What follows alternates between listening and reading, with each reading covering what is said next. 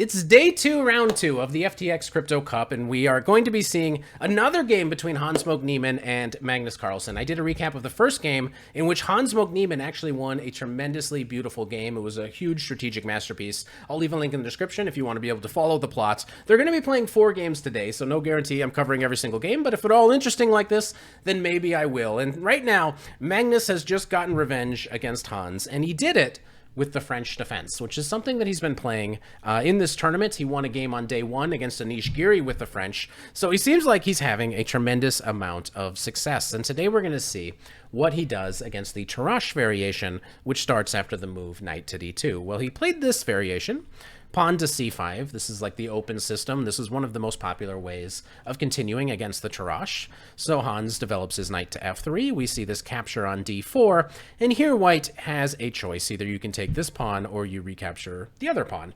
They both have a long line of theory behind them, but today we'll be investigating knight takes d4, after which we saw knight to c6, challenging the knight on d4. So white brings out the bishop to pin on c6, bishop to d7 breaks the pin, white takes, black takes back, the bishop hops back, and this is kind of the main position, the sort of starting position, where we can begin to discuss the middle game plans for both sides. Well, white, for his part, is obviously going to be castling, potentially bringing his pieces closer into the game, and at some point, we'll be looking to get a little bit more kingside space, which could potentially, in a lot of variations, lead to some sort of kingside attack. That's the kind of thing that white is looking forward to. But black, for their part, when you have this very solid structure, you have an extra center pawn, is probably looking to play something like c5, maybe d4.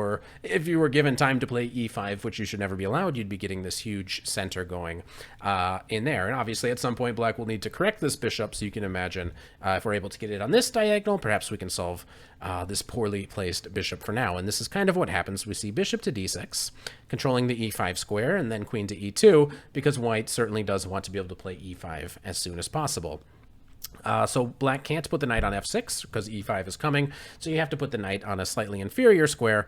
e5 does come right away, kicks this bishop back, and white gets castled. Now, black decides to play pawn to c5 right away. This gives him some ability to bring the bishop to a better square, and it also temporarily threatens to just simply push this pawn to c4, which would win a piece right now. So white plays c4 to prevent that. The bishop does come to this proper diagonal, and after knight to f3, captures, and castles. And it's here that white already, we've just basically, both sides have just gotten castled. The game has just begun. White plays this incredibly innocuous move, bishop to e3, and this might already just directly lose to the loss of a pawn, which is kind of remarkable because it looks so innocent.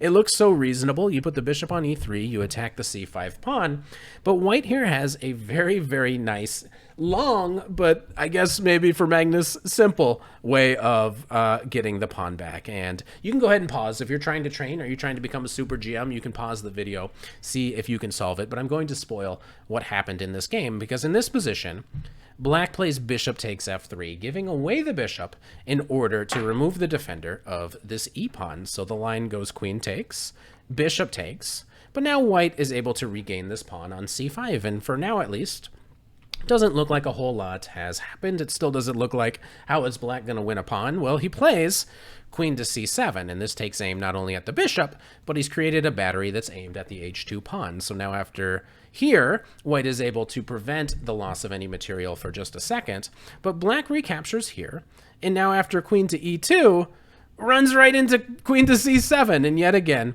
black is taking aim at this pawn. And now the tactic here is that after the pawn goes to g3, black can exploit the fact that the queen is the defender of this bishop and plays bishop takes b2, and in this way, black is able to win a pawn. And white here just decided to move the rook, because if you take here, we're going to get this endgame where black is a pawn up. So instead, we see white trying to keep the bishops on the board.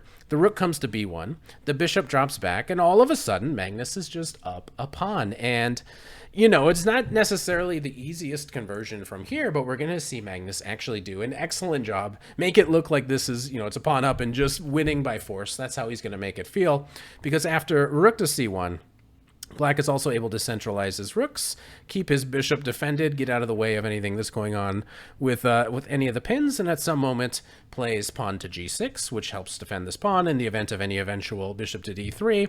So he's just kind of securing his position. We're going to see a lot of tidying moves, dropping the bishop back, keeping all of his pieces nice and secure. White does exactly the same thing. And what is very interesting is that even though you're a pawn up, there's a lot of endgames that might be difficult to win, or at least might make it, you know, kind of a challenge to win some of these, but Magnus is happy to make this trade. He goes in for this and now plays queen to d7 because he would like to be able to bring his rook over to the c file. So he drops the queen back temporarily, brings the rook over to the c file, and is able to give this check. And now another interesting decision. We get to this position, and does Magnus want to try to trade the queens and try to win that endgame? Because obviously if he wanted to keep the queens on, he has the option. Your queen could just go like literally wherever, just put your queen on b5, continue to playing. But he says, you know what? I'm ready. Let's play this endgame. And here he plays rook to c3, kicking the king back, and now a very nice move. And kind of a normal defensive setup that white would like to get in this position is something like pawn to h4, and black denies it with this move g5, and the advantage for black is over here. He's got this 4-on-3, so if black is to win and to ever promote a pawn, he's going to need to do it over here on the king side, so g5 is the start. And from here, even though it's still, I mean, it's a pawn, but it's opposite colored bishops, it's a rook endgame, somehow it just looks like Magnus just easily, smoothly is able to just simply convert this, because he's able to bring his pawns up like it's no big deal. He's able to create a weakness, and now suddenly white needs to go over here and babysit this f pawn, and all of a sudden he's able to grab a tremendous amount of space over on the king side, and it's just easy. He's able to get space on both sides of the board.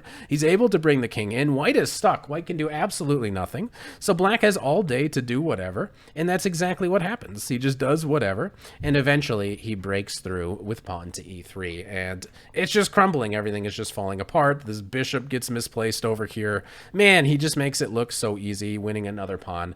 And this is where Hans decided to resign. You're facing all sorts of nasty threats, and it's just game over. And very, like, it was weird. It was just a French defense where Magnus won a pawn after a very large combination, and then easily, smoothly won an endgame that could be some sort of long grind. Just made it look easy. Trade all the stuff, grab more space on this side of the board, win the game. Subscribe to the channel. I would really appreciate it. Bye.